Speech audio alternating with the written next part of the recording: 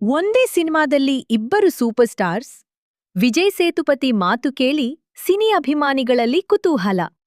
ಇತ್ತೀಚೆಗೆ ನಡೆದ ಪ್ರಶಸ್ತಿ ಕಾರ್ಯಕ್ರಮದಲ್ಲಿ ಮಾತನಾಡಿದ ವಿಜಯ್ ಸೇತುಪತಿ ಕಾಂತಾರ ಸಿನಿಮಾ ತನ್ನ ಮೇಲೆ ಬೀರಿದ ಪರಿಣಾಮವನ್ನು ಹಂಚಿಕೊಂಡರು. ಸಿನಿಮಾದ ಸ್ಥಳೀಯ ಸೊಗಡು ಮತ್ತು ಕಥನ ಶೈಲಿ ಅವರಿಗೆ ವಿಶೇಷವಾಗಿ ಮೆಚ್ಚುಗೆ ಪಡೆದಿದೆ. ಸಿನಿಮಾ ನೋಡಿದ ಬಳಿಕವೇ ರಿಷಬ್ ಶೆಟ್ಟಿಯನ್ನು ಸಂಪರ್ಕಿಸಿ ಅಭಿನಂದನೆ ಸಲ್ಲಿಸಿದ್ದಾಗಿ ಹೇಳಿದರು. ಇಂತಹ ಕಥೆಯನ್ನು ಜೀವಂತಗೊಳಿಸುವುದು ಎಲ್ಲರಿಗೂ ಸಾಧ್ಯವಿಲ್ಲ ಎಂದು ಅವರು ಅಭಿಪ್ರಾಯಪಟ್ಟರು. ಇದೇ ವೇಳೆ ಒಮ್ಮೆ ನಿಮ್ಮ ಜೊತೆ ಸಿನಿಮಾ ಮಾಡಬೇಕು ಎಂಬ ಆಸೆಯನ್ನು ನೇರವಾಗಿ ವ್ಯಕ್ತಪಡಿಸಿದ್ದು, ಈ ಹೇಳಿಕೆ ಈಗ ಸಿನಿ ವಲಯದಲ್ಲಿ ಹಾಟ್ ಟಾಪಿಕ್ ಆಗಿದೆ.